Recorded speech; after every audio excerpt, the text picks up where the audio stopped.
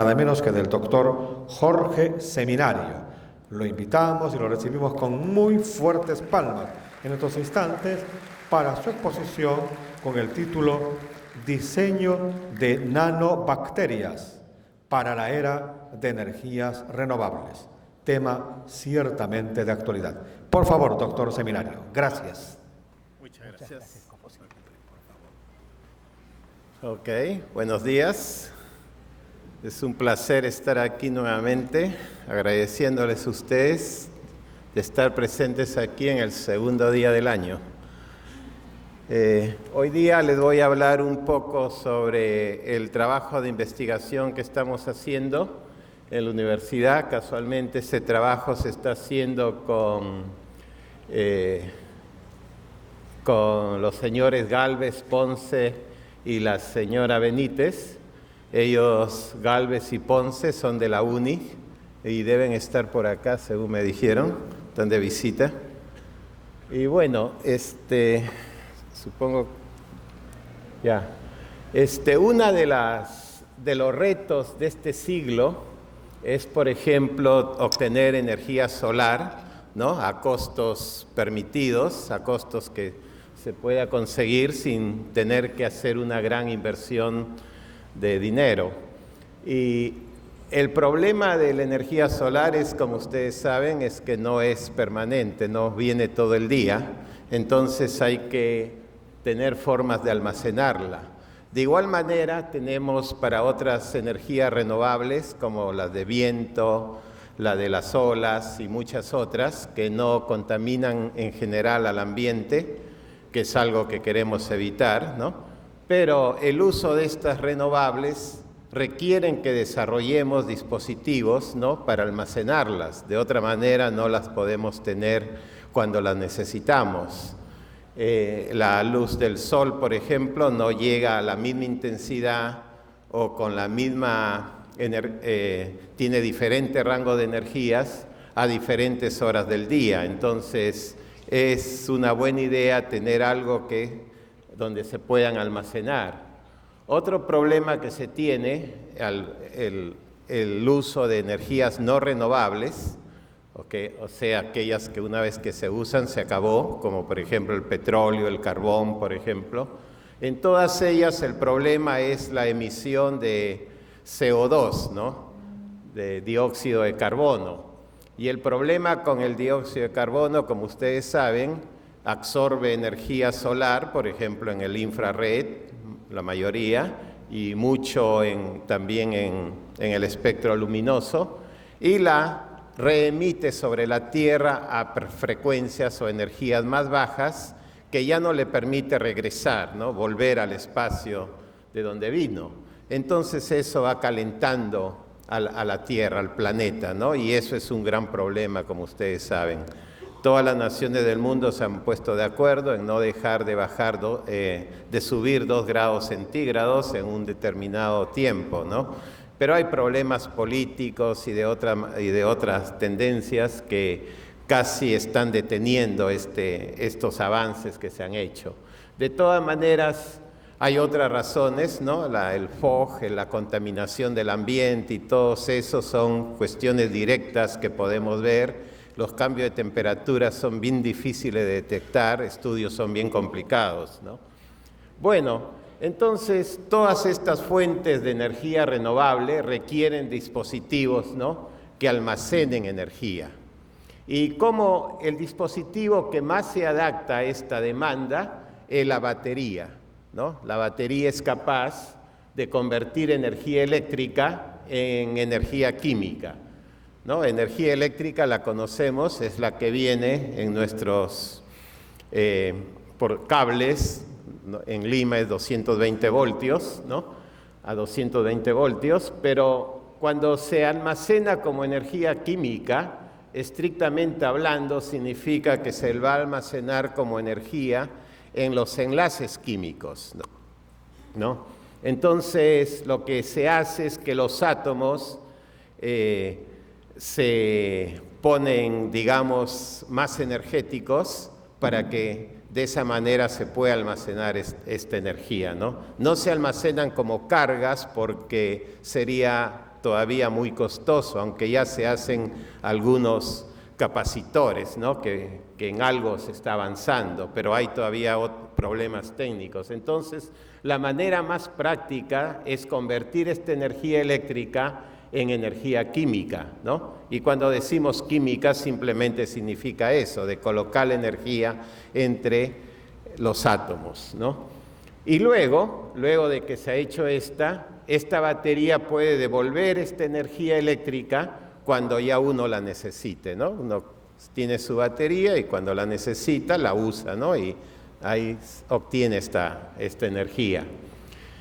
Algo que modificaría tremendamente el uso de estas energías renovables y de las no renovables, o sea, eliminar las no renovables y usar las renovables, es el uso de la gasolina, por ejemplo. Si en vez de usar gasolina usáramos una batería, este problema del medio ambiente, el problema de invernadero o el problema de contaminación, cualquiera de los dos, se mejoraría tremendamente si es que tenemos baterías en vez de usar gasolina, por ejemplo, ¿no? Lo cual trae unos cambios drásticos, ¿no? En toda nuestra economía, en la política, y hay muchos intereses envueltos, de los cuales, bueno, no me voy a ocupar hoy día. Así que nosotros somos investigadores, tratamos de hacer lo mejor que creemos que se debe hacer, ¿no? Entonces, voy a darles una introducción a las baterías, porque en la tarde la doctora Balbuena les va a hablar también algo ya más específico. Lo que hacemos nosotros es diseñar materiales para mejorar las características de estas baterías, ¿no? Entonces, en un curso bien elemental que les voy a dar en 2 minutos, una batería básicamente tiene muchas otras cosas, pero básicamente tiene el cátodo, un electrolito y el ánodo, ¿no? El ánodo es el terminal negativo y el cátodo es positivo.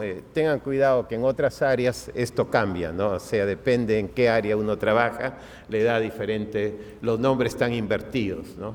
Yo soy electrónico de origen y el cátodo normalmente es el negativo, ¿no? Pero bueno, aquí en una batería se conoce al cátodo como el positivo, o sea, los electrones salen de este terminal negativo y se van al ánodo durante la carga. O sea, aquí tenemos una batería que la vamos a cargar. ¿Por qué me dedico a la carga de la batería?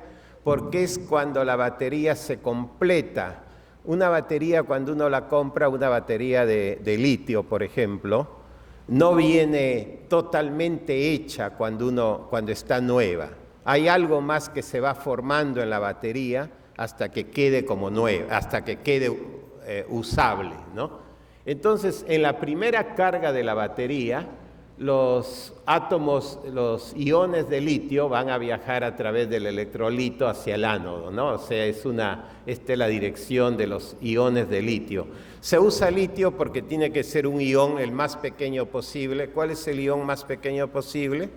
Es H+, ¿no? Hidrógeno, pero el hidrógeno es muy reactivo, así que se elimina de la lista. El siguiente es el litio. El litio plus tiene 2 electrones solamente, entonces algo con 2 electrones es bien estable, ¿no? Es un shell lleno, para los que son químicos, ¿no? Es el 1s2. Así que estos litios se almacenan en el cátodo o en el ánodo, ¿no? Cuando la batería está totalmente cargada, todos los litios están en el ánodo, o sea, se supone que el ánodo está más alta energía que el cátodo. Entonces, naturalmente, estos litios que cuando entran al electrolito se convierten en positivos, ¿no? Entran al electrolito, y viajan hacia el cátodo. Eso es en la descarga. Cuando la cargamos, los litios no pueden ir hacia arriba, porque como le digo, el ánodo tiene más energía que el cátodo, los litios no pueden ir hacia arriba, es necesario colocar una fuente externa, ¿no? El cargador de la batería, que puede ser otra batería también, ¿no? Entonces, esta fuente es la que lleva los litios hacia el ánodo. Y cuando llegan al ánodo se mezclan con un electrón que viene de afuera, que viene de la batería casualmente, y se neutralizan, ¿no? O sea, se reducen, como dicen los químicos, ¿no? Estoy hablando en dos lenguajes ahora, ¿no? Entonces estos litios plus se reducen porque se reduce la carga, pasan a carga cero y así es como se almacenan aquí en el ánodo. Cuando se descarga, todos ellos se van al cátodo. Entonces, estos litios son más energéticos aquí en el ánodo y acá son bien estables en el cátodo. De ahí de que cuando uno quita la fuente y pone una resistencia, automáticamente estos se bajan ¿no? Porque están en caída, ¿no? Hacia el cátodo. Eso es lo que ocurre, ¿no? Básicamente eso es cómo funciona una batería de litio, ¿no? Es un poco diferente a las baterías que no son recargables.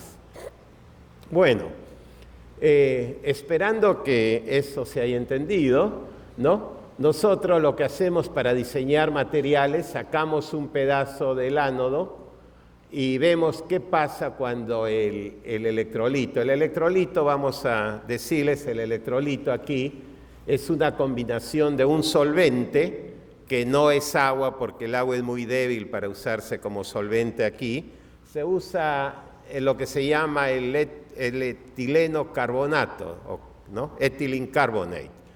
Eso es un anillo, lo vamos a ver ahora, de 5 miembros, un pentágono, no es planar, pero es un líquido que es el solvente que disocia a una sal. La sal normalmente es PF6 con litio, ¿no? Litium, fluoro y algo, ¿no? No le voy a decir los nombres exactos, pero así como el cloruro de sodio se disocia en el agua, esta sal también se disocia, pero en etileno carbonate, ¿no? Entonces sale un ion positivo y un contraion negativo. Son los positivos los que se mueven porque el ion negativo es bien inmenso, no tiene chance a moverse demasiado, está vibrando por ahí, ¿no? Pero el positivo es bien pequeñito, aquí su tamaño está exagerado, es mucho más pequeño que un átomo de hidrógeno, ¿no? Entonces este señor es capaz de viajar fácilmente e intercalarse en lo que normalmente los ánodos son de grafito, ¿no? Y normalmente los cátodos son de cobalt oxide, lithium cobalt oxide, ¿no? Entonces lo interesante de este material es que el material es estable cuando hay litios en el medio y cuando no los hay. O sea, el material existe, esa es la idea de buscar un buen material para hacer el cátodo, que debe ser bien estable tanto cuando están los litios dentro y cuando no lo están. En cambio el grafito, como ustedes saben, el grafito son planos de mallas de carbón y se puede intercalar el litio fácilmente, ¿no? O sea, energéticamente no es muy estable porque fácilmente se escapa y por eso cuando algo no es muy estable su energía es más alta, opuesto a esto de acá donde el litio está bien pegado, ¿no? a las paredes estas normalmente, como le digo, cobalt oxide, ¿no? Cobalt oxide. Bueno, creo que ya eso es. ¿Y por qué ahora me dedico a las nanobaterías? Bueno, porque si podemos detectar, si podemos analizar qué pasa en una batería bien pequeña que tenga tamaños de nano, en la vida real una batería, la distancia entre el ánodo y el cátodo es solamente 1 milímetro, ¿no? Solamente que está enrollado. Si ustedes ven son medias cilíndricas, está enrollado tanto que de largo la batería llega a 60 centímetros, ¿no? Acá dice 602 milímetros. Y la altura es más o menos 5 centímetros, ¿no? La altura de la batería. O sea, esto está enrollado para darle una mayor área al ánodo y al cátodo, ¿no? Y así poder tener más densidad de corriente. Bueno, es lo más básico que les puedo decir de una batería. Entonces, ¿qué pasa al cargarla? Aquí cuando se carga se pone esta fuente de poder para que los litios viajen, ¿no? En la carga hacia el ánodo, ¿no? Eso es. La descarga vamos a olvidarnos porque no la voy a tratar esta vez. Entonces, en la carga, estos señores viajan, pero hay un problemita aquí, de que los electrones que vienen de la fuente deberían mezclarse con los litios positivos para neutralizarlos, o para reducirlos, como dicen los químicos, ¿no? Pero algunos electrones se pueden escapar al electrolito, y ahí viene el problema. Esos electrones que se escapan hacia este lado, esos van a disociar a este es el que le digo el ethylene carbonate, ¿no? Tiene 3 carbonos y 3 oxígenos y 4 hidrógenos, ¿no? Es un anillo de 5 miembros, ¿no? Y bueno, el CO3 es un carbonato y el C2H2 aquí es un etileno que están haciendo el anillo. Y este es el que disuelve realmente, es como si fuese agua. Es una molécula polar, ¿no? Como el agua, que es capaz de disolver a una sal. En este caso se usa esta, pero cuando los electrones entran al ethylene carbonate, producen una reacción química y lo rompen, lo disocian. Y se va formando una capita pequeñita aquí, ¿no? Que se llama el Solid Electrolyte Interface, o sea, el interfase sólido-electrolito, ¿no? O sea, este es el sólido, que es el electrodo, y el líquido es el electrolito, y se forma esa capita verde ahí de cosas que eventualmente uno diría son un problema, pero es algo, un acto de suerte que realmente protege al ánodo a que se siga destruyendo. O sea, algunos electrones escapan y esa capita va a crecer. Nosotros sacamos un pedazo de esa muestra y la analizamos para ver qué hacen los electrones ahí, ¿no? Eso ya es un cálculo de quantum mechanics, de mecánica cuántica, que lo hacemos aparte. No voy a entrar en esos detalles, pero así podemos determinar cuántos electrones fueron necesarios para producir esa pequeña capa que tiene una importancia primordial en las baterías de litio. Es esa capa la que evita que se formen algunas dendritas, que son las que hicieron ese cortocircuito en la Samsung, por ejemplo, ¿no? Se forman, si esto no está bien hecho, se van acumulando átomos de litio aquí, o sea, el litio se metaliza, se forma un metal, en vez de simplemente combinarse con el electrón que viene y almacenarse entre los grafitos, entre los niveles de grafito, ¿no? Entonces se forma una puntita, una dendrita, que llega hasta el cátodo y produce un cortocircuito y bueno, explota la batería y todo eso, ¿no? Ya. Y si la batería, como en las máquinas Samsung, por ejemplo, que estuvieron bien presionadas por ahorrar espacio y todo, estuvieron bajo presión, eso aceleró los cortocircuitos, ¿no? Bueno, ahí está. Entonces, ¿cómo hacemos este cálculo? Son detalles que si alguno de ustedes quiere hacer una pasantía en mi grupo, está invitado, solo escríbame para ver los detalles, ¿no? Y bueno, son parte de los estudios. Puedes cliquear esto. Entonces, lo que hacemos es analizar. Puedes darle un clic a esta. Ya. Entonces, ahí podemos ver, por ejemplo, los ethylene carbonate, son los miembros que están aquí. Hemos exagerado el tamaño de los litios porque ellos son los que se mueven. En la carga hay un campo eléctrico que los lleva hacia el ánodo.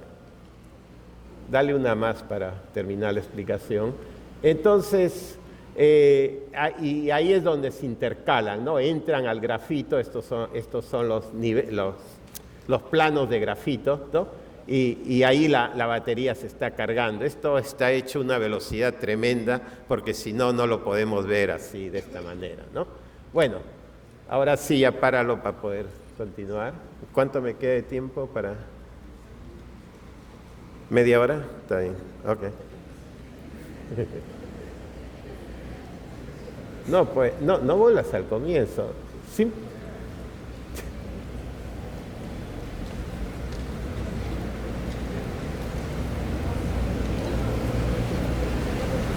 Una más. Ya ahí, ok. Entonces, esa capita que se va formando, ¿no? Y aquí, como le digo, 2 alumnos peruanos están participando fieramente en hacer estos cálculos, ¿no? Se forma entre, este es el grafito, ¿no? Y aquí tenemos el electrolito, todas esas moléculas que vieron en el electrolito, y aquí se va formando la interfase, ¿no? Entre el electrolito y el ánodo, ¿no? Que simplemente se le llama sólido, a diferencia de esta parte que es líquida. No nos hemos ocupado por ahora del cátodo, ¿no? Entonces queremos estudiar qué está pasando en esta zona, y para eso pues se hacen simulaciones de dinámica molecular, que es una de nuestras técnicas de estudio, ¿no? El cátodo es esto, ¿no? El cátodo, como le digo, debe tener una gran estabilidad para contener a los litios, que aquí son de color amarillo, en el medio, y también ser capaces de donarlos hacia el ánodo cuando la batería se carga, ¿no? Cuando se descarga se vienen hacia acá, y cuando se carga se van yendo, ¿no? Entonces este material debe ser estable aun cuando el número de litios disminuya, ¿no? Y normalmente se debe hacer de tal manera que el número de litios en el cátodo sea menor de lo que aguantaría el ánodo, ¿no? Para que así no se empiecen a formar esas dendritas que les digo, ¿no? Y bueno, pero ahora hay la idea de usar el silicio en vez del grafito. La ventaja del silicio es que puede almacenar una cantidad tremenda de litio, y es algo que queremos, ¿no? Porque si queremos reemplazar el tanque de gasolina con una batería, va a tenerse que almacenar una cantidad tremenda de litio. Entonces eso es lo que estamos haciendo, ¿no? Pero el problema es que como muchos litios se van a ir almacenando, aquí pueden ver los verdes son litios o amarillos, no se distingue bien. Al comienzo tenemos esto de acá, y luego, o sea, aquí los colores cambiaron porque ahora el silicio es el ánodo y se va a ir expandiendo, ¿no? Se va a ir expandiendo, y lo que se hace es poner un material flexible en los costados para que se pueda resistir esa expansión. De lo contrario, van a haber rajaduras en el silicio, y eso es un problema también, ¿no? Todavía esto no se usa comercialmente, pero estamos investigando para un posible uso comercial para poder hacer baterías más poderosas, ¿no? Más energéticas, porque las que tenemos ahorita son bien difíciles de usar, por ejemplo, en automóviles, ¿no? Ya hay automóviles, pero se hacen muchos triquis, ¿no? Para poder lograr esto. Y además que son bien costosas, ¿no? Entonces este material, este silicio, va a incrementarse en tamaño tremendamente, que es lo que tenemos que estudiar. ¿Qué pasa con este material cuando su tamaño se incrementa demasiado, ¿no?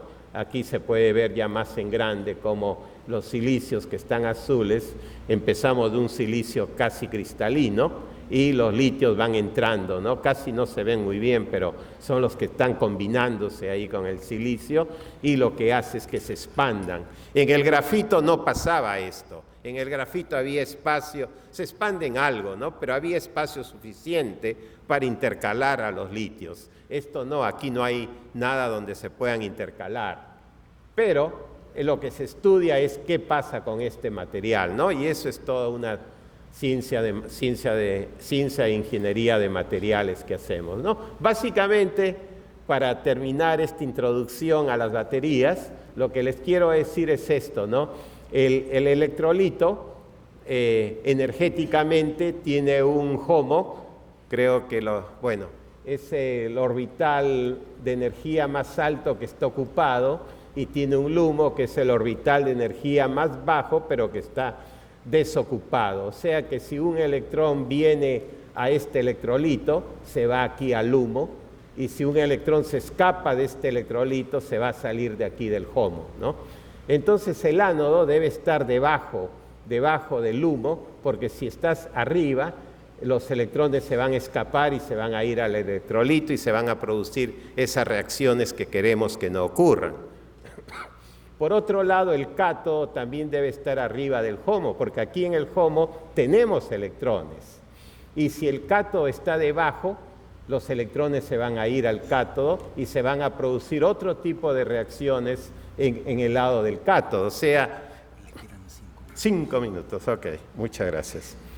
Ya, entonces, pero por otro lado, como ustedes saben, un material es bien estable cuando la distancia en energía, porque el eje vertical es energía, cuando la distancia entre el HOMO y el LUMO es mayor. Uno dice que el material es más duro, tiene más dureza. Estamos hablando con respecto a los electrones. O sea, si esto está bien separado, es bien difícil que los electrones de aquí salten hacia acá. Los electrones no pueden estar en el gap porque es una zona prohibida para los electrones. Entonces, estos electrones tendrían que ir, necesitarían una energía muy grande para irse hasta el LUMO. Entonces, el solvente, estoy hablando aquí del electrolito, el solvente que está en el electrolito, ¿no?, requeriría mucha energía. Entonces, cuando más grande es este gap, decimos que es más estable. ¿Y qué es lo que pasa? Cuando se forma esa interfase que les digo, se forman tanto en el cátodo como en el ánodo, esto nos eleva, a la distancia entre el ánodo y el cátodo, y por lo tanto hace que también esta distancia sea grande, ¿no? O sea, a las finales, ese Solid Electrolyte Interface, bueno, la interfase sólido-electrolito, mejora las condiciones de esta batería, ¿no? Y aquí he vuelto a hablar de la batería de grafito. Cuando vamos a la de sílico, hay unos problemas totalmente diferentes que, bueno, no voy a tocar en esta ocasión. Pero, bueno, para decirles otro reto, ¿no?, que tenemos en ciencia y tecnología es hacer trabajar a la fusión. Entonces, como les digo, esta variante que hemos tenido en nuestra investigación, que justamente las mismas técnicas que estábamos usando para desarrollar baterías, las podemos usar en fusión nuclear, ciertamente para desarrollar los materiales que van a envolver a un reactor de fusión nuclear. La fusión nuclear, como ustedes saben, la única que existe por largo tiempo es la del Sol. El Sol es un reactor de fusión nuclear. Pero si queremos tener uno en nuestro planeta, tenemos que envolverlo en un chasis, ¿no? ¿De qué material es este chasis? ¿Cómo lo vamos a tratar? Eso es todo un problema de materiales. Y bueno, estamos tratando los mismos materiales de las baterías. ¿Puede darle un clic ahí? Solo un clic, nada más.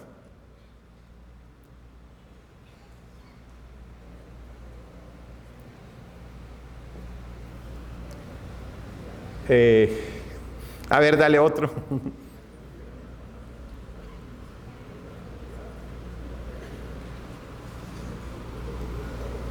Parece que es muy lenta la...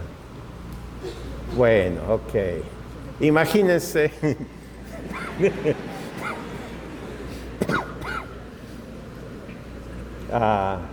Bueno, pasa a la siguiente, no importa. No, ya pasa a la siguiente. Bueno, esta sí funcionó. Dale un clic. Ya. Bueno, esto es una malla de silicio y tenemos aquí átomos de hidrógeno, porque en un reactor de fusión van a haber átomos de hidrógeno, iones de hidrógeno, ¿no? Estos están a una temperatura altísima, creo que llega unos cerca de millones de grados Kelvin. Y cómo ellos se mueven en esta malla, ¿no? Lo malo que no continúa. Bueno, sí. A ver, dale una más. O pasa a la siguiente. Sí. Tiempo. Ya, tiempo. Estamos con tiempo. Pasa a la siguiente, por favor. Bueno, ¿se imaginan que estos señores, el que está de verde es uno de los átomos de silicio que va a ser golpeado por este átomo de hidrógeno y lo va a sacar violentamente de la zona, ¿no? Es más o menos, estamos tratando de simular qué pasaría en estos materiales que envuelven a un reactor de fusión, utilizando prácticamente las mismas técnicas que estamos usando para baterías, ¿no? Eso es todo y solamente quiero agradecer a mis colaboradores, la gente que ha trabajado en este proyecto. Hay ingenieros químicos, ingenieros eléctricos, ingenieros de materiales, ¿no? Todos los tenemos, ¿no? Y